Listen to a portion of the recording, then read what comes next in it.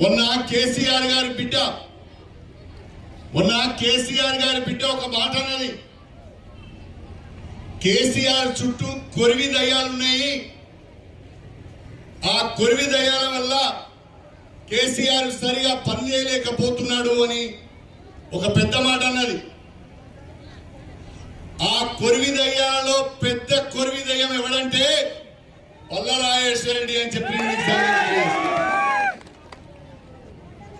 ఆ పల్లరాజేశ్వరరెడ్డి కేసీఆర్ పంచన చేరి విపరీతంగా దోపిడీ చేసి యూనివర్సిటీ పెట్టుకొని, మెడికల్ కాలేజ్ పెట్టుకొని, ఇంజనీరింగ్ కాలేజీలు పెట్టుకొని వందల కోట్ల రూపాయల ఆస్తులు సంపాదించి చివరికి కల్వకుంట్ల కుటుంబంలోనే చిచ్చు పెట్టి ఇవాళ వాళ్ళందరినీ ఆగమాగం చేసిన చరిత్ర పల్లరాజేశ్వరరెడ్డి. దయచేసి ఆలోచించాలని చెప్పి కోరుతున్నా.